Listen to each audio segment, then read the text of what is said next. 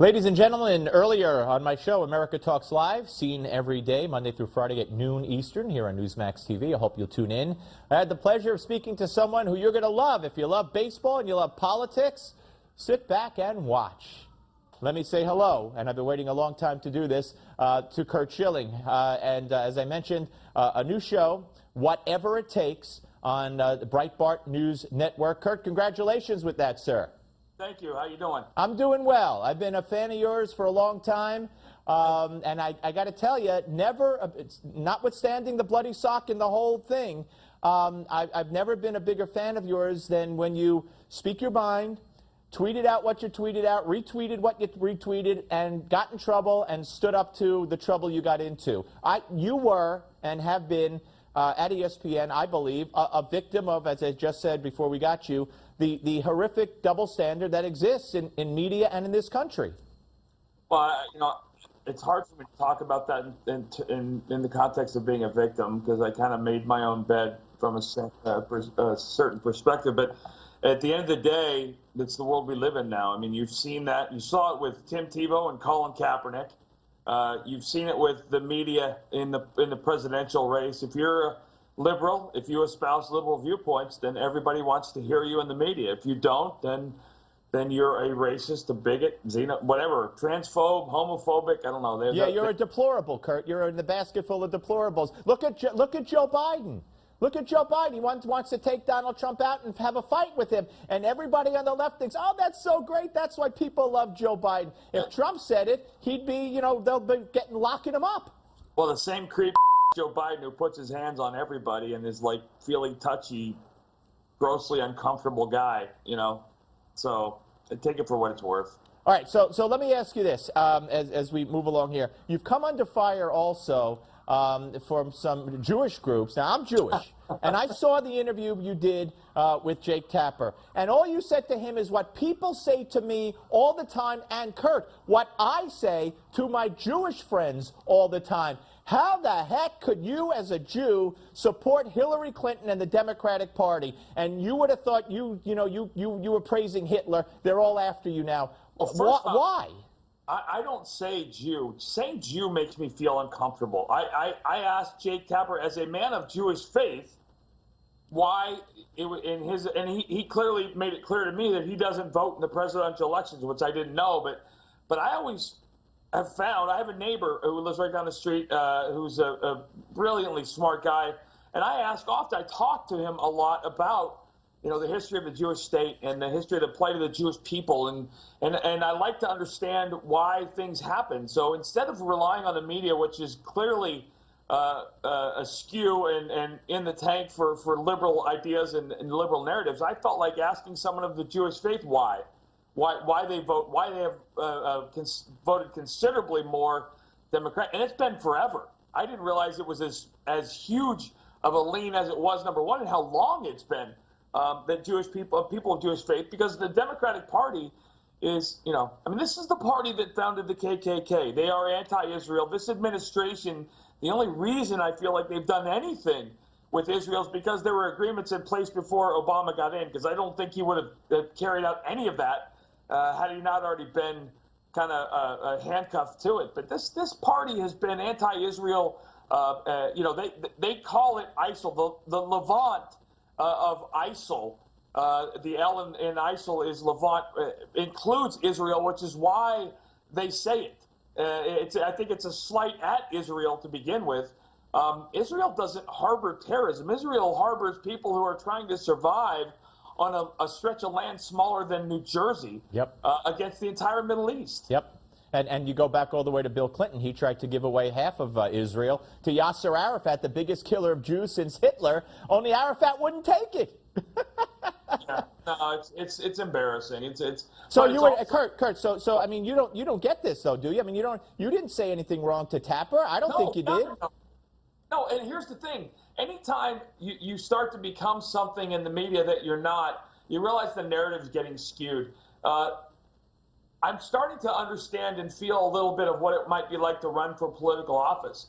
The media has no accountability. They get to say and do whatever they feel like saying. And listen, how many times have you heard Ivanka Trump had to answer for her father's comments?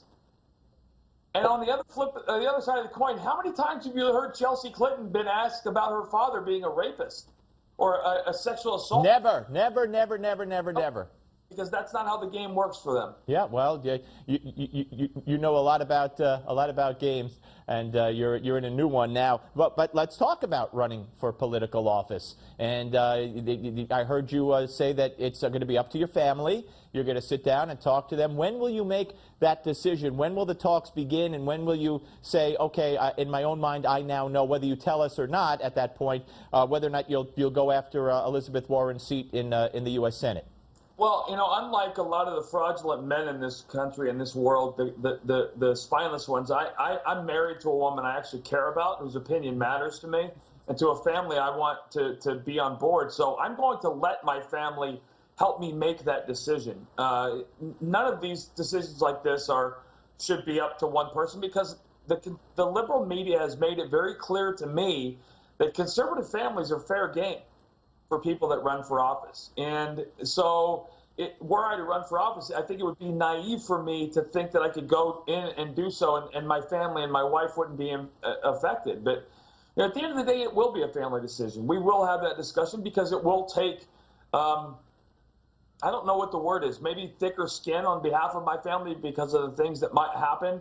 I think one of the issues one of the things two things I think that would give me an advantage over Elizabeth Warren. One, I have no skeletons in my closet other than I probably said bad words in the past, which I probably will say in the future. But there won't be a child from another marriage. There won't be a family. There won't be a second family. I won't have a DUI or DWI or a drug charge in my past. I've done and said stupid things, but I've done and said them in the context of being a flawed human being, which is a Christian I know I am, number one. And number two, I have my word still.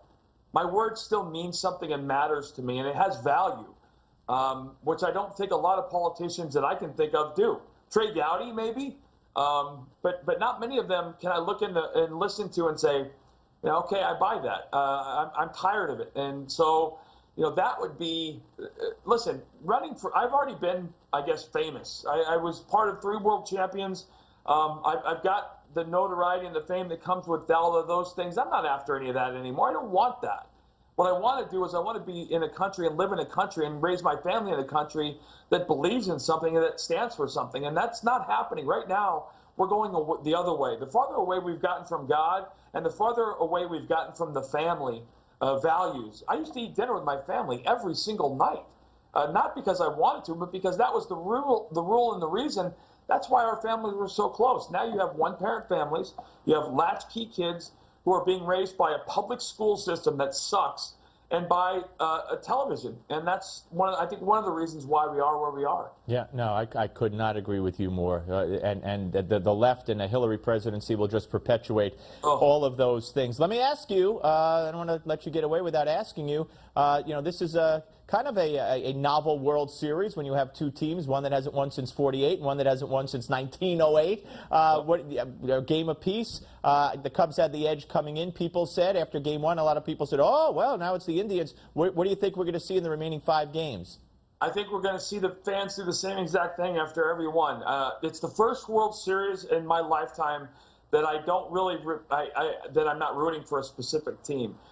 Terry Francona, Brad Mills, the bench coach in Cleveland, the Cleveland organization I love them to death. The fans in Cleveland are amazing baseball fans. It's a city that's starving for a World Series, and so that would be a great finish. On the other side, Theo Epstein, John Lester, David Ross, Jed Hoyer, people I love and respect. On the Cubs side, Joe Madden I've known since I was 16 years old. My thought at the end of the day, my prayer is that it goes 7 games. We get a World Series that we can never forget because somebody's curse is getting broken. And I'm going to be excited either way that happens. I just want to see good baseball for this. That's exactly what I was going to say, good baseball. Curt, listen, I hope you'll come back. I'm a big fan. I respect you, and you got a long road ahead of you, and it's all going to be good. Check out the new show, Whatever It Takes, on Breitbart News. Curt Schilling, thank you, sir. Thank you. Love Curt Schilling. All right, Jay Sekulow and Richard Pearl, both next. Don't go away.